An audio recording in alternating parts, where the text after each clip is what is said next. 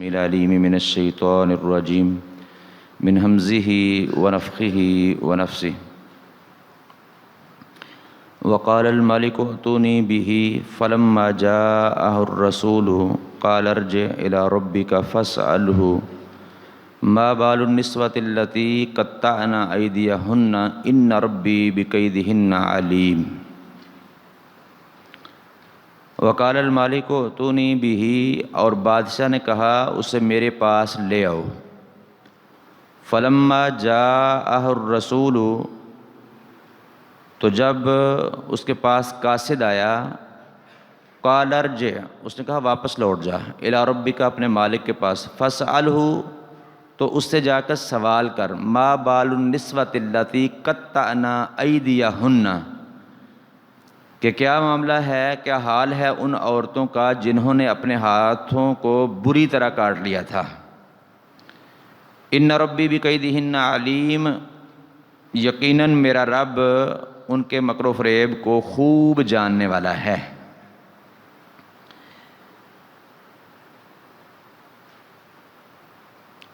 یعنی جب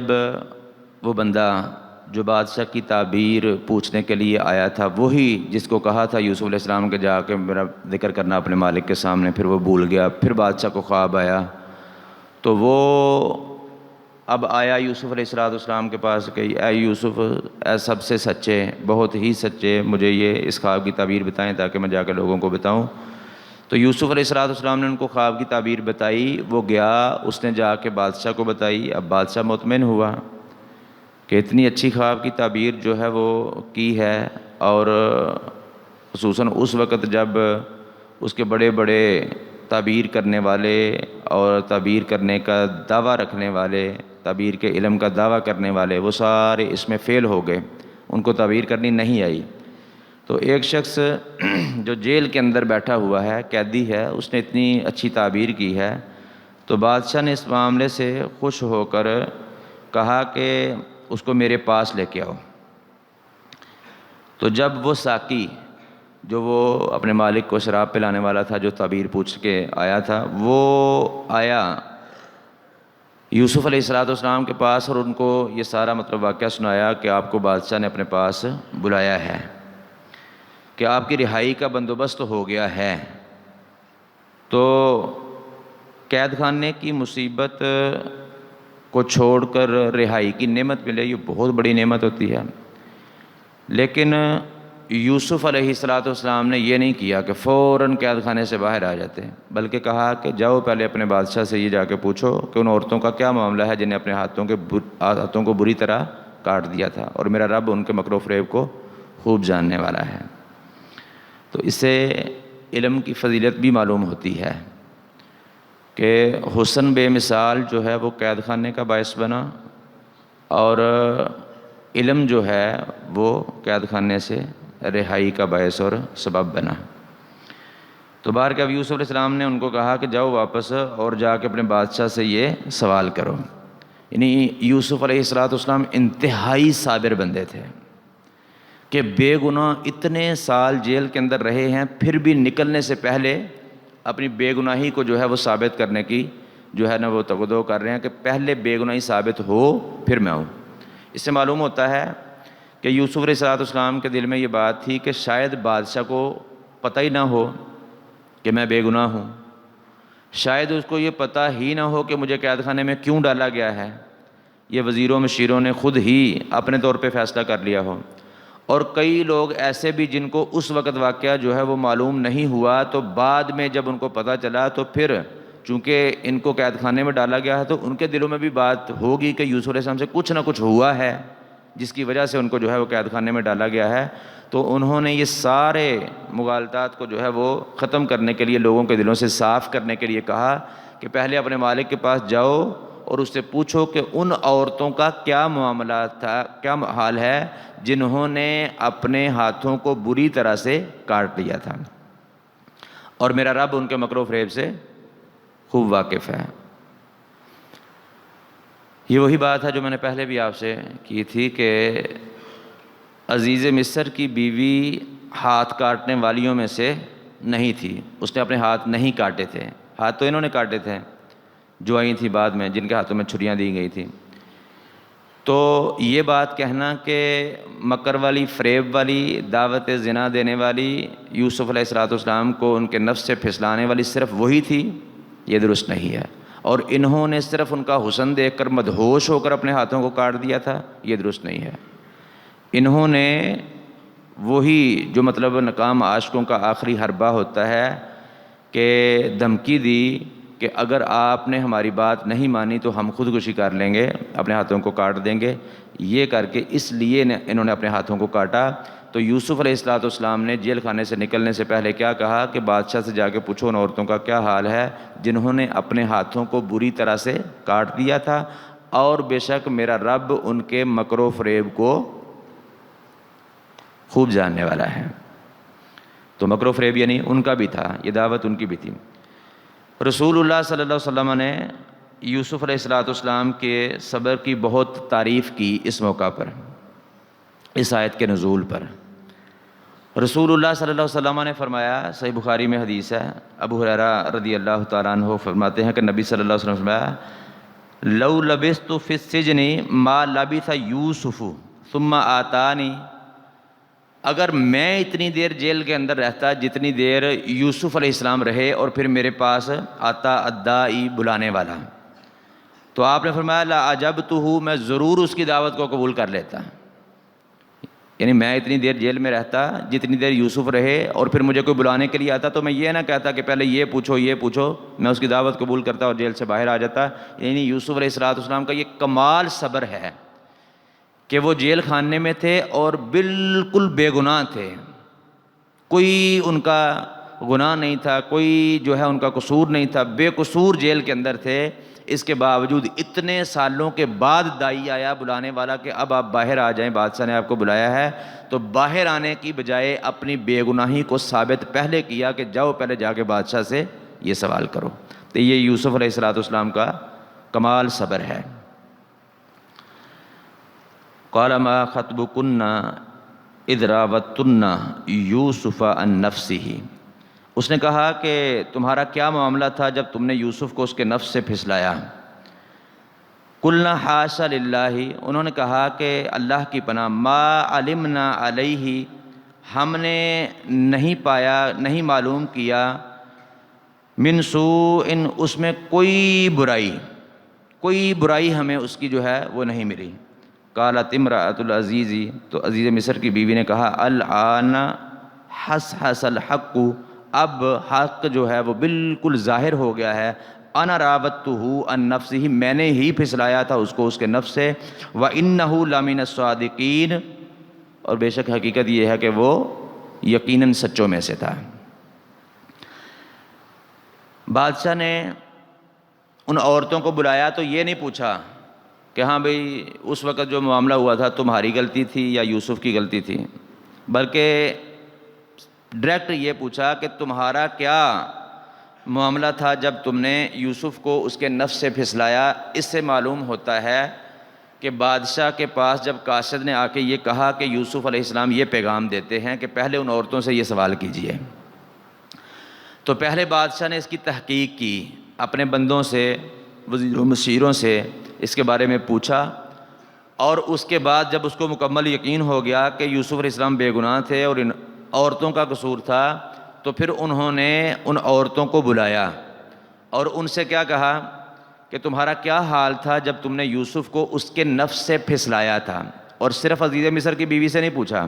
ساری عورتوں کو مخاطب کر کے جمع کے صیغے کے ساتھ کہ قال ما خطبکن اذ راوتن یوسف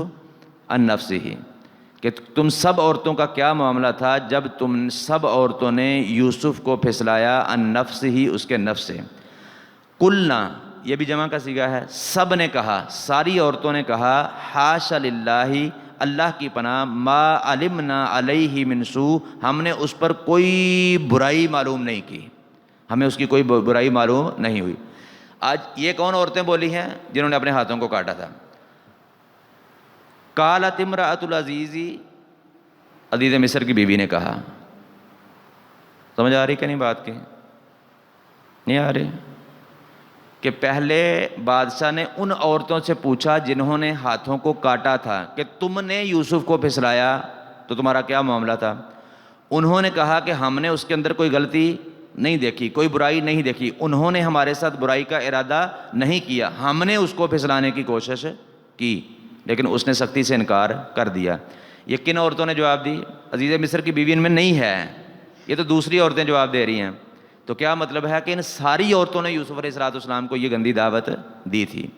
اس کے بعد عزیز مصر کی بیوی بولی کہ الآن حس حس الحق، اب حق بالکل واضح ہو گیا ہے، ظاہر ہو گیا ہے، تو اب میں بھی بتاتی ہوں کہ انا راودتہ، میں نے ہی پھسلایا تھا عن نفسہ، اس کو اس کے نفس سے، وانہ لمن الصادقین، اور یقیناً وہ کیا تھا؟ سچوں میں سے تھا۔ یعنی عورتوں نے الگ سے اپنے جرم کا اعتراف کیا اور عزیز مصر کی بیوی نے الگ سے اپنے جرم کا اعتراف کیا ہے۔ تو کیا مطلب ہے کہ انہوں نے ہاتھ یوسف علیہ السلام کا حسن دیکھ کر مدہوش ہو کر کاٹے تھے؟ کوئی نہیں سمجھ آ رہی تو انہوں تو بول دے نہیں آ رہی تھے انہیں میرا زور لانا چاہتے ذالک لیعلم انی لم اخنہ بالغیب، یہ اس لیے ہے کہ وہ جان لے کہ میں نے اس کی عدم موجودگی میں اس کی خیانت نہیں کی۔ وَأَنَّ اللَّهَ لَا يَهْدِي قَيْدَ الْخَائِنِينَ، اور بے شک اللہ تعالیٰ خیانت کرنے والوں کے فریب کو کامیاب نہیں کرتا ہے۔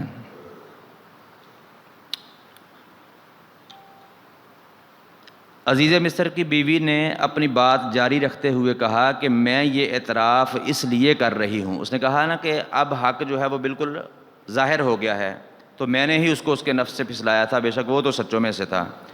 آگے کہا کہ ذالک لیعلم انی لم اخنہ بالغیب، یہ میں اس لیے بتا رہی ہوں کہ وہ یہ نہ سمجھے کہ میں نے اس کی خیانت کی ہے اس کی غیر موجودگی میں۔ کس کی غیر موجودگی میں اس کی خیانت کی ہے؟ ایک قول یہ ہے کہ اس نے اپنے خامد کے بارے میں کہا کہ میرا خامد یہ بات جان لے کہ میں نے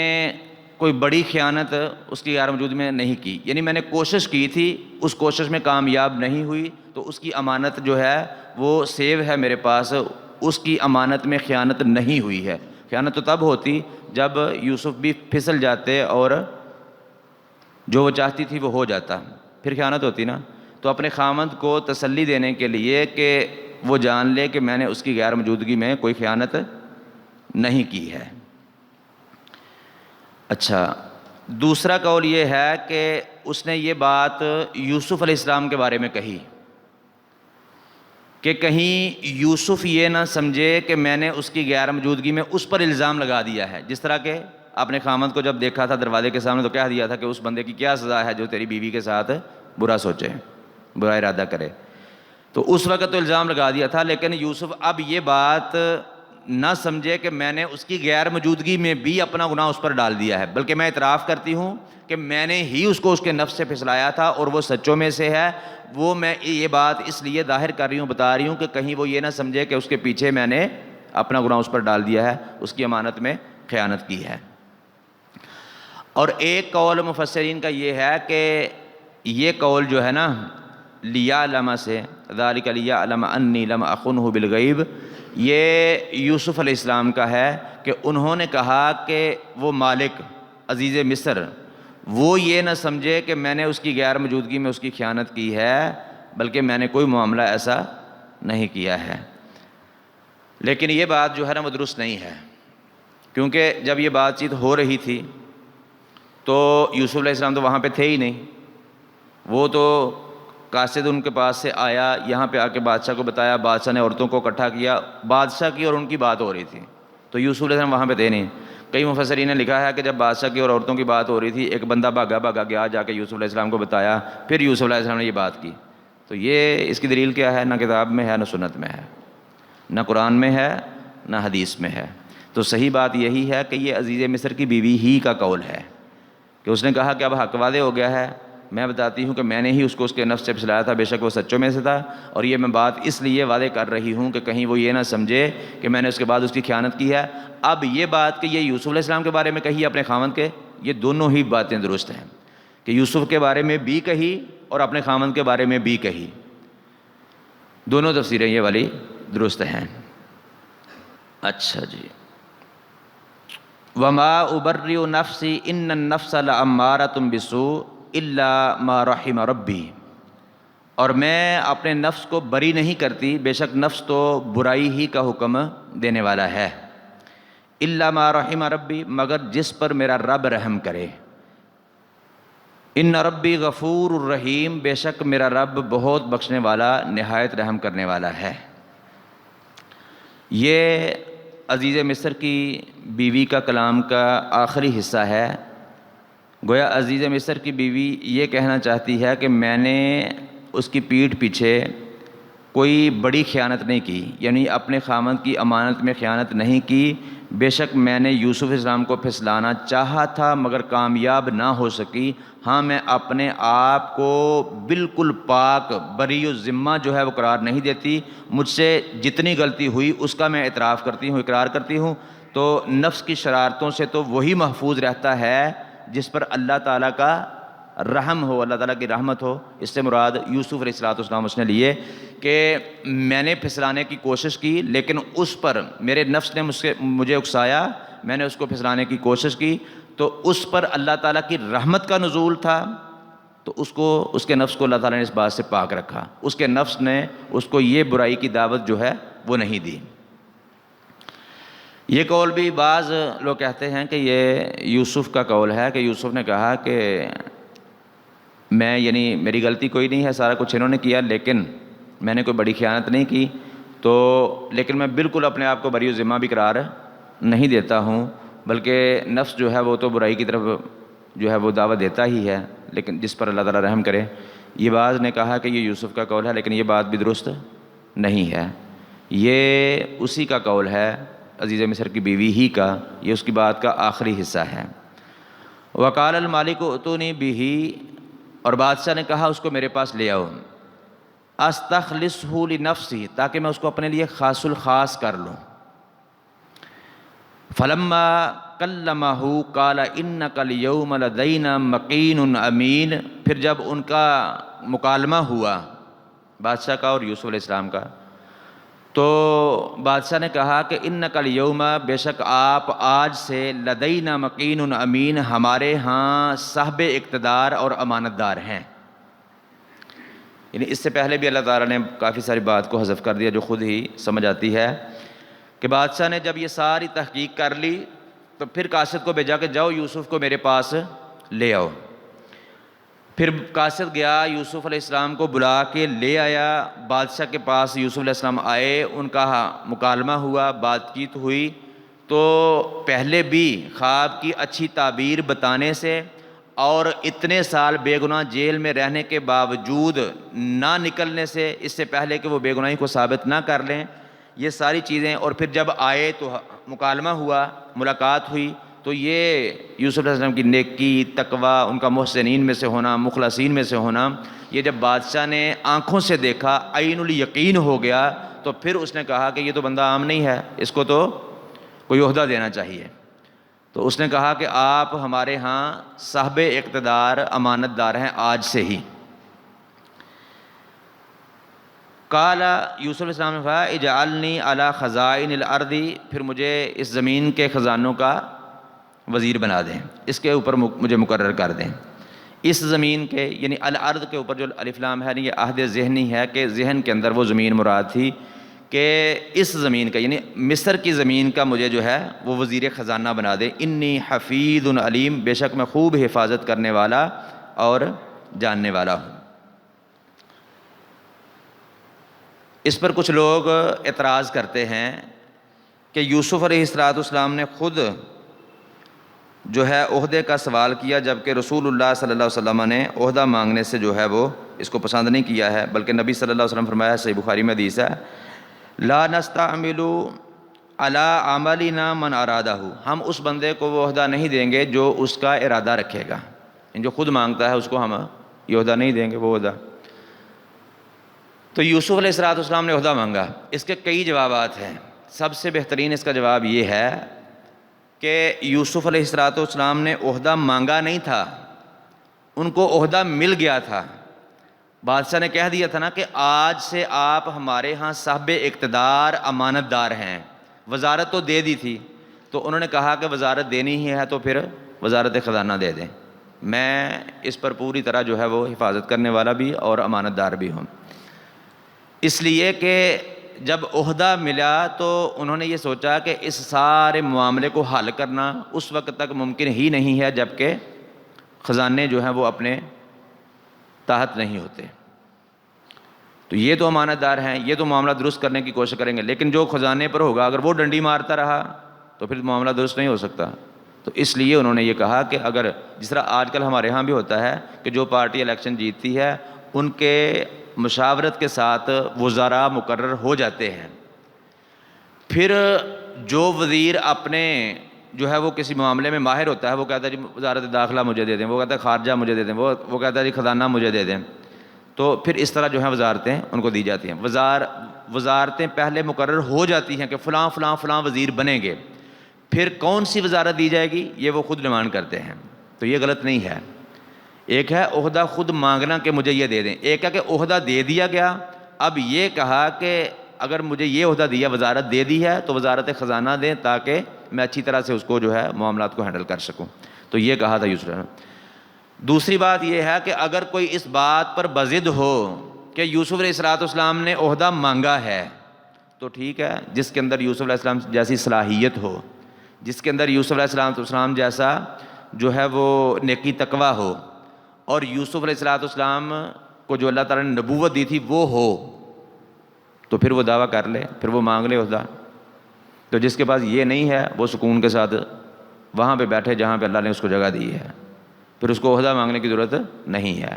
تو یوسف علیہ السلام سے مخلصین میں سے، محسنین میں سے اور نبوت سے سرفراز جو بندہ ہو وہ عہدہ مانگ لے۔ تو باہر کیا صحیح بات یہی ہے کہ یوسف علیہ السلام نے مانگا نہیں تھا، ان کو دے دیا گیا تھا، بلکہ اگلی آیات سے تو یہ بھی معلوم ہوتا ہے کہ بادشاہ نے اپنے اختیارات بھی یوسف علیہ السلام کو دے دیے تھے، یعنی مکمل وہاں کا حاکم جو ہے وہ اللہ رب العالمین نے یوسف علیہ السلام کو بنا دیا تھا۔ وَكَذَلِكَ مَكَّنَّا لِيُوسُفَ فِي الْأَرْضِ، اور اسی طرح ہم نے اس سرزمین میں یوسف کو اقتدار دیا، یتبوأ منہا حیث یشاء، وہ جگہ پکڑتا تھا اس زمین میں جہاں پہ چاہتا تھا، نصیب برحمتنا من نشاء، ہم اپنی رحمت کو عطا کر دیتے ہیں جس کو چاہتے ہیں،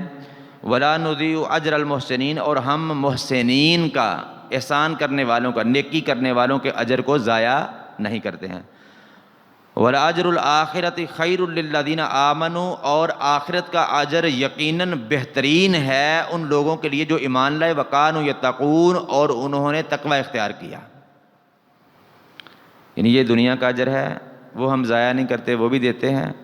محسنین کا۔ یوسف علیہ السلام محسنین میں سے تھے، کتنے آزمائشیں ان پر آئیں، کتنی آزمائشیں آئیں، لیکن آخر کار اللہ تبارک و تعالیٰ نے ان کو اقتدار دے دیا۔ وہاں پہ جہاں پہ وہ الزام لگ کر، جھوٹا الزام لگ کر جیل خانے میں گئے تھے، انہی لوگوں کا اللہ رب العالمین نے حاکم بنا دیا، اور یہ سارا کا سارا اللہ رب العالمین کی تدبیر تھی۔ اللہ تعالیٰ نے فرمایا وَكَذَلِكَ مَكَّنَّا لِيُوسُفَ فِي الْأَرْضِ يَتَبَوَّأُ مِنْهَا حَيْثُ يَشَاءُ، اور اسی طرح ہم نے یوسف کو اقتدار دیا اس زمین میں، اور وہ جہاں پہ چاہتے تھے جگہ پکڑتے تھے۔ یعنی اس آیت سے معلوم ہوتا ہے کہ یوسف علیہ السلام کو ساری کی ساری بادشاہی یا بادشاہی کے سارے اختیارات مل گئے تھے۔ اللہ تعالیٰ سے دعا ہے کتاب و سنت کو صحیح معنوں میں سمجھنے، عمل کرنے اور دوسروں تک پہنچانے کی توفیق عطا فرمائے۔ وما توفیقی الا باللہ۔